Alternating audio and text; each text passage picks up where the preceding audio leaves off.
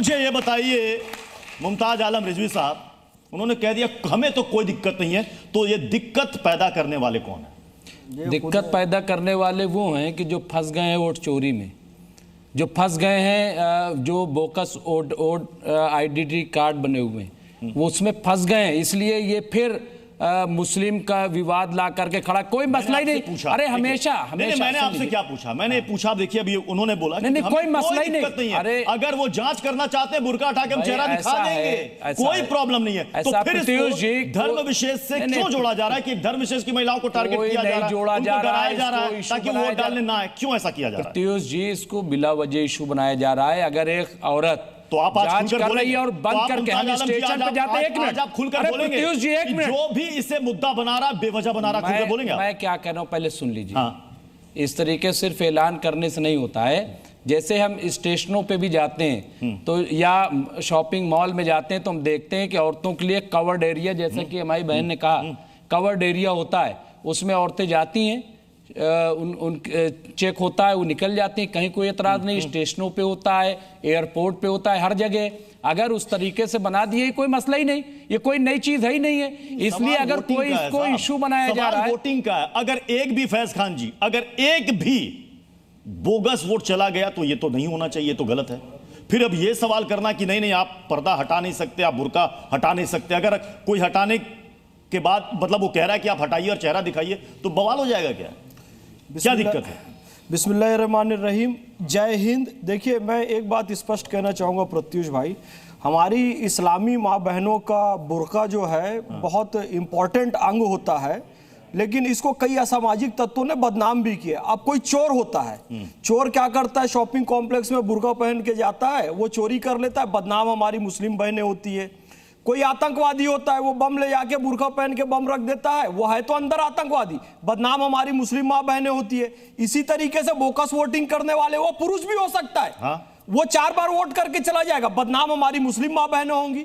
तो जो सही हमारी मुस्लिम माँ बहनें हैं वो खुद कबूल कर रही हैं इस बात को कि भैया यदि चुनाव आयोग ये कहता है कि सही जगह चेहरा देखा जाएगा और चेहरा देख के वेरिफिकेशन किया जाएगा, तो हम इसके लिए तैयार हैं और इसके लिए तैयार होना भी चाहिए, ताकि कोई आतंकवादी, फिर यही सवाल मैं कह रहा हूं, तो फिर जी फिर अमन गिरी, पहली बात कोई एतराज नहीं, कोई एतराज लेकर के सवाल क्यों किया जा रहा? बकायदा चुनाव आयोग तक तो एक खत भी भेज दिया गया है और यह कहा जा रहा है कि ये सब कुछ बीजेपी के इशारे पर किया जा रहा है।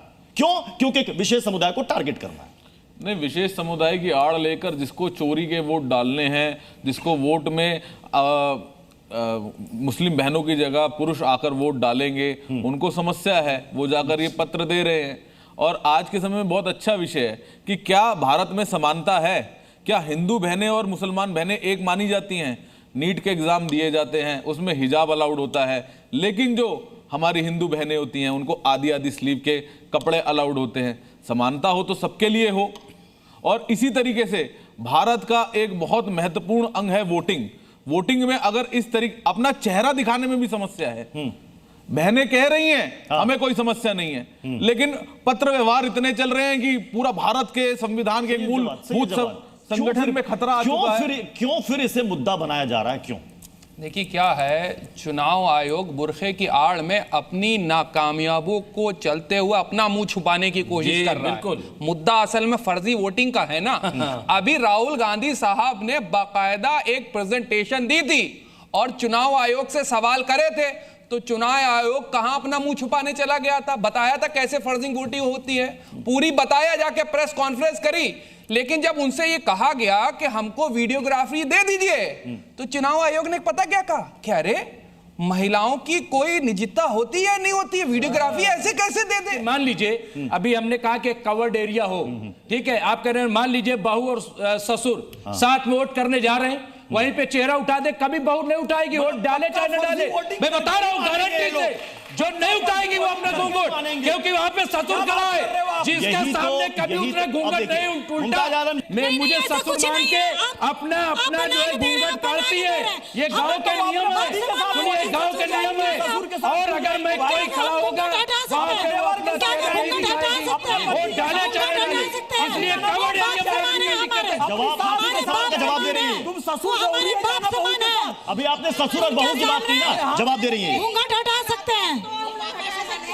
देखिए मैं क्या कह रहा हूँ कि बहुत सारी बेटी बना के लाते बहुत जैसे, सारी ऐसी जगह इस है, तरीके मैं से आपको हम बता रहा हूँ हर जगह की तहजीब अलग देखिए है, कल्चर अलग है। बहू बेटी ही होती है, घर में बेटी के समान होती है। जहाँ तक चेहरे की आप बात कर रहे हैं, अज़रूरियात तुबीहुल महज़ूरात, ऐसे इस्लामिक कानून है फ़िक़ह का कि ज़रूरत के मौके पर वो कुछ चीज़ें जो है सही हो जाती हैं। जैसे फ़ोटो खिंचाना जायज़ नहीं है, लेकिन अगर आप पासपोर्ट बनवा रहे हैं फ़ोटो जायज़ हो जाता है। समझ रहे हो मेरी बात?